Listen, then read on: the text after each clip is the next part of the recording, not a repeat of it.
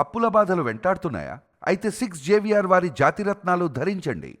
Hello అండి, అందరికీ నమస్కారం. నేను మీ కట్టా కార్తీక్.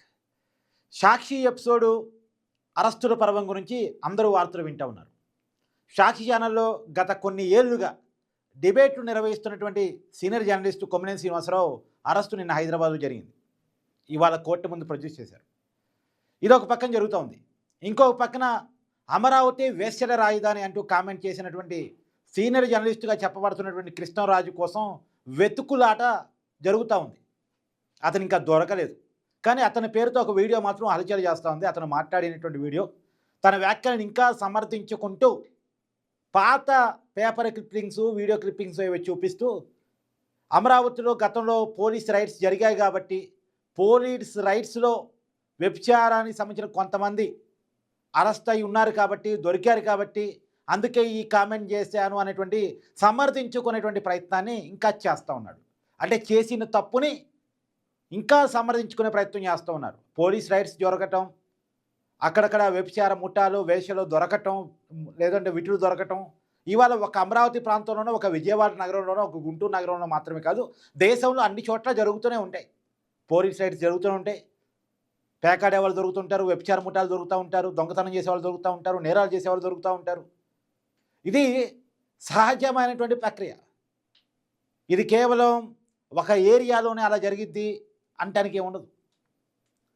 ఒక ఏరియాలో ఒకసారి ఒక వ్యభిచారం జరిగితే దొరికారనో, లేదా ఒక పేకాట ఆడుతుంటే దొరికారనో, లేదా ఒక నేరం జరిగితే ఆ నేరస్తులు దొరికారనో కారణం చేత ఆ ప్రాంతం మొత్తం కూడా నేరమయ సమాజం అయిపోదు, నేరమయ ప్రాంతం అయిపోదు. మరి ఇంకా బ్రెయిన్ ఉందో లేదో, ఆయన ఎక్కడ జర్నలిస్ట్ అయ్యారో, ఆయన జర్నలిజం ఎక్కడ చదువుకున్నారో, మరి ఆయనట్టే ఎడిటర్ అయ్యారో, మరి ఆయనట్టే సీనియర్ జర్నలిస్ట్ అయ్యారో నాకు తెలియదు. కొంతమంది ఉంటారట. సహజంగా నాకు ఒక కథ గుర్తొస్తూ ఉంటుంది. రామాయణంలో రావణ యుద్ధం జరుగుతూ ఉంటుంది.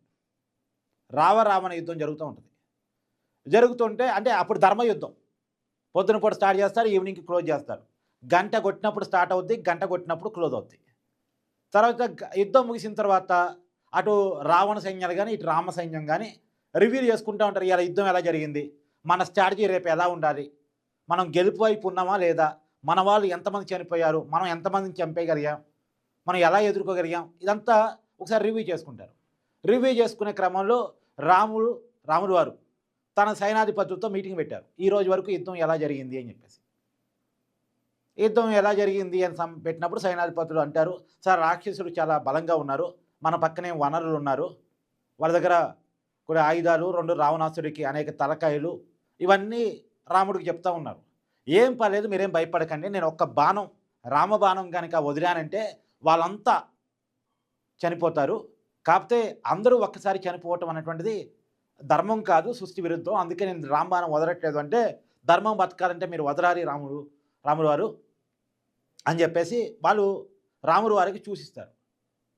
వాళ్ళు అడిగిన కోరిక మేరకు, సైనాధిపతుల సూచన మేరకు రాములు వారు తర్వాత రోజు రామబాణాన్ని వదులుతారు. రావణ వధ జరిగిపోతుంది, రాక్షసుల వధ జరిగిపోతుంది. రావణ వధ జరిగిన తర్వాత, రాక్షసుల వధ జరిగిన తర్వాత కొంతమంది రాక్షసులు, మేము అర్ధాయుస్తోనే చనిపోయాము, మీరు రామబాణం వదలటం వల్ల చనిపోయాము, మాకు ఇంకా జీవితకాలం ఉంది, మేము బతకాలి ఇక్కడ, కాబట్టి మాకు ఏదో దారి చూపించండి, మీరు రామబాణం వదలటం వల్ల మేము చనిపోయాం కాబట్టి మీరే దారి చూపించాలి అని చెప్పేసి రాముల వారి నుంచి వేడుకుంటారు. రాముల వారికి దయ ఎక్కువ, దయా కరుణ ఉంటాయి కాబట్టి దేవుడికి, వాళ్ళని చూసి వాళ్ళ పట్ల జాలిపడి, ఏం పర్లేదు, కలియుగంలో మీరు భూమి మీద జన్మించండి, ఊరికి ఒక నలుగురు చొప్పున జన్మించండి, మనుషులను పీక్క తినండి అని చెప్పేసి వాళ్ళకి వరం ఇస్తారు. ఆ వరం ప్రకారం జన్మించేటటువంటి రాక్షస జాతికి సంబంధించినటువంటి వ్యక్తి కృష్ణంరాజు అనేటువంటి ఆ వ్యక్తి అనేటువంటిది మరి ఫైండ్ అవుట్ చేయాల్సినటువంటి అవసరం పోలీసుల మీద ఉంది. ఎందుకు ఈ మాట చెప్తున్నానంటే, చేసింది తప్పు, బేషరతుగా క్షమాపణ చెప్పి, అనుకోకుండా జరిగిపోయిన తప్పుకి క్షమాపణ చెప్తున్నాను అని అంటే కొంత బాగుండేది. ఆయన దాన్ని సమర్థించుకునే ప్రయత్నం చేయటం, అలాంటి వ్యక్తులను వ్యతిరేకిస్తూ ఆందోళన చేస్తున్నటువంటి వ్యక్తుల పట్ల మరొక సీనియర్ పాత్రికేయులు, వైసీపీ కీలక నాయకులు సజ్జల రామకృష్ణారెడ్డి గారు సంకర్ జాతి అని మాట్లాడే ప్రయత్నం చేయటం ఇంకెలా చూడాలి, మీరే చెప్పండి. సరే, ఇవన్నీ పక్కన పెట్టేస్తే ఇప్పుడు అందరి చూపు వైఎస్ భారతి గారి వైపు ఉంది. ఎందుకంటే సాక్షి ఛానల్కి ఆమె సీఎండీగా ఉన్నారు, ఆవిడే హెడ్, ఆమె ఆధ్వర్యంలోనే ఛానల్ నడుస్తూ ఉంది. ఇప్పుడు ఆమె స్పందించారని ఏకంగా జగన్మోహన్ రెడ్డి గారి చెల్లెలైనటువంటి షర్మిలా గారు డిమాండ్ చేశారు. ఇప్పుడు కాంగ్రెస్ పార్టీకి పీసీ అధ్యక్షురాలుగా ఉన్నారు ఆవిడ డిమాండ్ చేయడమే కాదు, నేను నిన్ననే డిమాండ్ చేశాను, ఖచ్చితంగా భారతి గారు స్పందించాలి. ఆమె నిర్వహిస్తున్నటువంటి ఛానల్లో వచ్చినటువంటి కామెంట్ మీద ఆ సాక్షి ఛానల్ యాజమాన్యం ఏమనుకుంటుంది అనే దాని మీద ఆమె స్పందించి తీరాలి. నిజానికి ఈ వ్యాఖ్య రాగానే ఆ షోని కనుక నిలిపివేసి ఉండుంటే సాక్షి చాలా గౌరవం ఉండేది, ఒక ఛానల్గా చాలా గౌరవం ఉండేది. సరే, అది రాజకీయ పార్టీ ఛానలే, రాజకీయాల కోసమే పెట్టుకున్నారు, వైసీపీ పార్టీని ప్రమోట్ చేయడం కోసం, జగన్మోహన్ రెడ్డి గారిని పొలిటికల్గా ప్రమోట్ చేయడం కోసమే పెట్టుకున్నారు. ఇక పెట్టుకున్నదాన్ని మనం కాదు అనేది ఏం లేదు. అసలు ఛానల్ వార్తల కోసం పెట్టుకుంటారా, రాజకీయ పార్టీల కోసం పెట్టుకుంటారా, ఇది సపరేట్ డిబేటు. అయినా సరే కాలం మారింది, రాజకీయ పార్టీల కోసమే ఆంధ్రప్రదేశ్లో ఛానల్స్ ఉన్నాయి. రాజకీయ పార్టీ నీళ్ళలో డైరెక్ట్గా జగన్మోహన్ రెడ్డి గారే పెట్టుబడి పెట్టినటువంటి ఛానళ్ళు సాక్షి ఛానళ్ళు. ఇక వాళ్ళ పార్టీ కోసం, ఆ వ్యక్తి కోసమే పనిచేస్తూ ఉంటారు, ఆ వ్యక్తి అధికారం రావడం కోసం పనిచేస్తూ ఉంటారు. వాళ్ళు టీడీపీ మీద, జనసేన మీద, బీజేపీ మీద పొలిటికల్గా అక్కసి వెళ్ళగక్కుతూ ఉంటారు. వాళ్ళు చేస్తున్న పనుల మీద అనేక ఆరోపణలు చేస్తూ ఉంటారు. సరే, అవన్నీ రాజకీయంగా ఉండే అంశాలే. కానీ ప్రత్యేకించి ఒక ప్రాంతం మీద, ప్రాంతంలో ఉన్న మహిళల మీద ఒక కామెంట్ వచ్చినప్పుడు ఒక మహిళగా భారతీ గారు స్పందించాలా వద్దా, ఇమీడియట్గా ఆ డిబేట్ డిలీట్ చేయించాలా వద్దా, ఆ డిబేట్ నిర్వహిస్తున్న వ్యక్తిని ఇమీడియట్గా ఉద్యోగం తీసేయాలా వద్దా, ఆ ఉద్యోగం అంటే ఆ డిబేట్లోకి వచ్చి జర్నలిస్ట్ ముసుగులో ఇష్టం వచ్చిన కామెంట్ చేసిన ఆ వ్యక్తి మీద ఛానల్ తరపున కేసు పెట్టాలా వద్దా? ఇవేవి జరగలేదండి.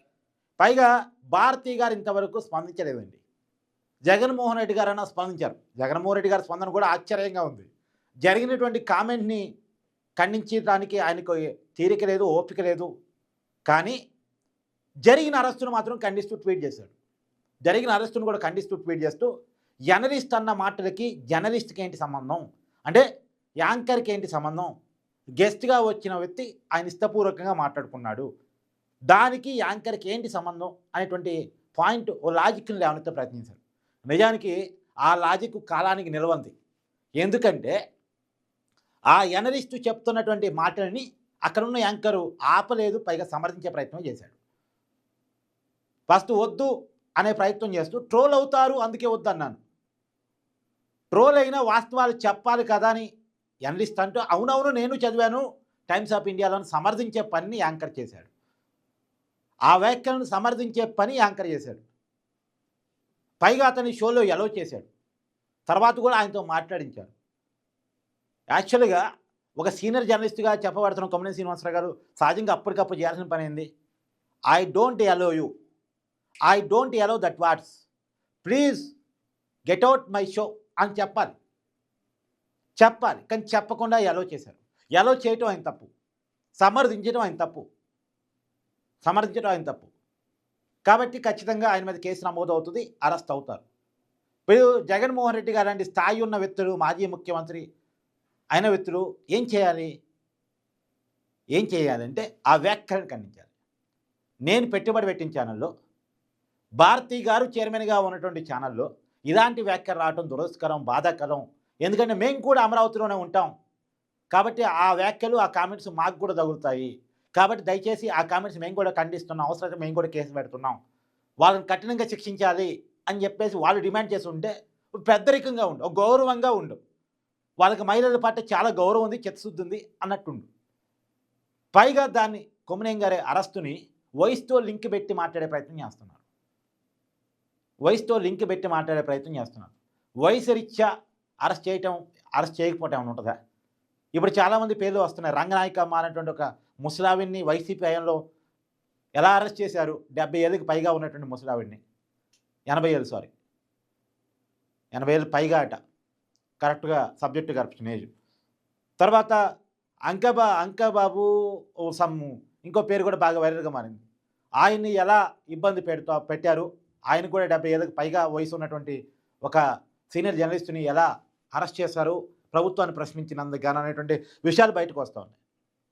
సరే, ఈ పేర్లన్నిటికంటే కూడా చంద్రబాబు నాయుడు గారిని అరెస్ట్ చేసినప్పుడు చంద్రబాబు నాయుడు గారి వయసు ఎంత అండి? అంటే వయసుతో సంబంధాలు ఉంటాయి అరెస్టులకు. మరి ఆ సంబంధాలు ఉంటే పెద్ద వయసు ఉన్న వాళ్ళని ఎవరిని జగన్మోహన్ రెడ్డి గారు ఇబ్బంది పెట్టలేదా, అరెస్ట్ చేయలేదా? రామోజీరావు గారి వయసు ఎంత అండి? 89 ఏళ్ల వయసులో రామోజీరావు గారిని మంచం మీద అనారోగ్యంతో ఉన్న వ్యక్తిని అరెస్ట్ చేసే ప్రయత్నం చేయలేదా? ఇబ్బంది పెట్టే ప్రయత్నం చేయలేదా విచారణ పేరుతోటి? ఈ జగన్మోహన్ రెడ్డి గారు ఇలా వయసు గురించి మాట్లాడేటువంటి ప్రయత్నం చేస్తారు. అంటే మన కాడికి వచ్చినప్పుడు ఒక నీతి, పక్కోడి కాడికి వచ్చినప్పుడు మరొక నీతి. నీతి, ధర్మం, చట్టం అందరికి ఒకే రకంగా ఉంటాయి. మనకో రకంగా, పక్కనోళ్ళకో రకంగా ఉండవు. సరే, ఇవన్నీ కూడా వదిలేసి వైఎస్ భారతి గారు ఎందుకని మాట్లాడరు? ఇప్పుడు వైఎస్ భారతి గారు విచారణ పిలుస్తున్నారా లేదా? ఎందుకంటే నిన్న కూడా చెప్పాను, ఇదొక ప్రీ ప్లాన్డ్ యాక్టివిటీ అనేటువంటి ఒక అనుమానం కలుగుతూ ఉంది. సాక్షాత్తు ఆంధ్రప్రదేశ్ డిప్యూటీ సీఎం పవన్ కళ్యాణ్ గారు ఒక అనుమానాన్ని లేవనెత్తారు. ఇది వ్యవస్థీకృత కుట్ర. వ్యవస్థీకృత కుట్ర అంటానికి కూడా కొన్ని అంశాలు నాకు కూడా అనిపించినాయి, మీ ముందు పెట్టాను నేను. ఎందుకంటే కూటమి ప్రభుత్వం అధికారంలోకి వచ్చిన తర్వాత విజయవాడలో వరదలు వస్తే అమరావతి మునిగిపోయిందని ప్రచారం చేశారు. అంటే అమరావతి మీద ఆ రోజు విషయం కక్కారు. తర్వాత నెక్స్ట్ అది వర్కౌట్ కాలేదు. నెక్స్ట్ ప్రపంచ బ్యాంకు నిధులు ఇస్తూ ఉంటే మీరిచ్చే నిధులు అవినీతి చేస్తున్నారు, అక్రమాలు చేస్తున్నారు, ఇక్కడ ఏమీ పనులు జరగట్లేదు, ఇది వైబుల్ ప్రాజెక్ట్ కాదు, దయచేసి దీనికి నిధులు ఇవ్వద్దని చెప్పేసి ప్రపంచ బ్యాంకుకి అనేక మెయిల్స్ పెట్టారు. వరల్డ్ బ్యాంక్ వచ్చి చెక్ చేసుకుంది, ఇది నిజంగా వైబుల్ ప్రాజెక్ట్ అవునా కాదా, దీనికి నిధులు ఇవ్వచ్చా ఇవ్వకూడదా, దీనికి అప్పు ఇవ్వచ్చా ఇవ్వకూడదా చెక్ చేసుకుంది. తర్వాత చెక్ చేసుకున్న తర్వాత ఆ మెయిల్స్ అన్నీ ఫేకు, ఇవ్వచ్చు, అమరావతి ఒక మంచి క్యాపిటల్ అవుతుంది అని వాళ్ళకి అనిపించి అప్పిచ్చారు. వర్కౌట్ కాలేదు. వాళ్ళేదో ప్రచారం చేస్తే అది వర్కౌట్ కాలేదు. తర్వాత కూడా మొన్న ప్రధానమంత్రి నరేంద్ర మోడీ గారు అమరావతి పునర్నిర్మాణ పనులకు శంకుస్థాపన కోసం దేశ ప్రధాని హోదాలో వచ్చినప్పుడు కూడా 2 అగ్ని ప్రమాదాలు జరిగినాయి. ఈ 2 అగ్ని ప్రమాదాల వెనక కూడా కుట్రే ఉంది అనేటువంటిది ఒక కీలకమైన అనుమానం. ఎందుకంటే అది ఈవినింగ్ పూట జరిగే కాబట్టి సరిపోయింది. అది ఉదయం పూట జరిగి ఉండుంటే ప్రధానమంత్రి పర్యటన రద్దు అయ్యి ఉండేది. ఎందుకంటే ప్రధానమంత్రి గారు ఎక్కడైతే హెలిప్యాడ్లో దిగారో ఆ హెలిప్యాడ్కి దగ్గరలోనే అగ్ని ప్రమాదాలు జరిగాయి. ఇప్పుడు నిజానికి అవి ముందే జరుగుతుంటే సెక్యూరిటీ రీజన్ రీత్యా సెక్యూరిటీ వాళ్ళు ప్రధానమంత్రి గారి పర్యటనని ఆపేవాళ్ళు, స్టాప్ చేసేవాళ్ళు, నిలుపుదల చేసేవాళ్ళు, వద్దని చెప్పేవాళ్ళు. ప్రధానమంత్రి గారి పర్యటన కనుక రద్దు అయ్యి కనుక ఉండుంటే అమరావతి యొక్క పరువు దేశవ్యాప్తంగా పోయి ఉండేది. అంటే ఆ రోజు కూడా ఏదో కుట్ర జరిగింది కదా, ఆ కుట్రని అధికారులు ఎదుర్కొన్నారు. అగ్ని ప్రమాదాలు ముందు జరగలేదు, తర్వాత జరిగింది అప్పుడు కూడా బాగానే నష్ట నివారణ చర్యలు చేపట్టారు. సో అదొక ఇష్యూ. తర్వాత జగన్మోహన్ రెడ్డి గారు ఏకంగా మొన్న మధ్య ప్రెస్ మీట్ పెట్టి వేరే ఇష్యూ మీద ప్రెస్ మీట్ పెట్టారు, కానీ అమరావతి ఇష్యూని తెర మీద తీసుకొచ్చారు. అమరావతికి ఇన్ని వేల ఎకరాలు ఎందుకు, 500-600 ఎకరాలు సరిపోతుంది కదా, 500-600 ఎకరాల్లో 4-5 బిల్డింగ్లు కడితే అమరావతి తయారైపోతుంది కదా అనేటువంటి మాటని మాట్లాడే ప్రయత్నం చేశారు. అంటే అమరావతి మీద తనకున్నటువంటి కోపాన్ని, అక్కసిని చూపించుకునేటువంటి ప్రయత్నం చేశారు. దానికి కొనసాగిపోయి ఇప్పుడు సాక్షి ఛానల్లో లైవ్ డిబేట్లో అమరావతి వేశ్చర రాజధాని అంటూ చెప్పినటువంటి మాట. ఇవన్నీ డాట్స్ ఒకసారి కనెక్ట్ చేయండి. అమరావతి మునిగిపోయింది, అమరావతికి పెట్టుబడులు ఇవ్వద్దు, తర్వాత అమరావతికి ఇంత అవసరం లేదు, 500 ఎకరాలు సరిపోతుంది, ప్రధానమంత్రి గారి పర్యటనప్పుడు జరిగిన అగ్ని ప్రమాదాలు, ఇవన్నీ ఒకదానికొకటి కనెక్ట్ చేసి సాక్షి ఛానల్ డిబేట్తో లింక్ చేయండి. లింక్ చేసినప్పుడు ఇవన్నీ ఒకదానికొకటి కావాలని చేస్తున్నట్టుగా పనులు కనపట్లేదా మీకు? తర్వాత ఇంకొక మాట కూడా మీకు చెప్పే ప్రయత్నం చేస్తాను. పోసాని కృష్ణమురళి అరెస్ట్ మీకు గుర్తుంది కదా. పోసాని కృష్ణమురళి అరెస్ట్ అయినప్పుడు అతను ఇచ్చిన స్టేట్మెంట్ ఏంటి?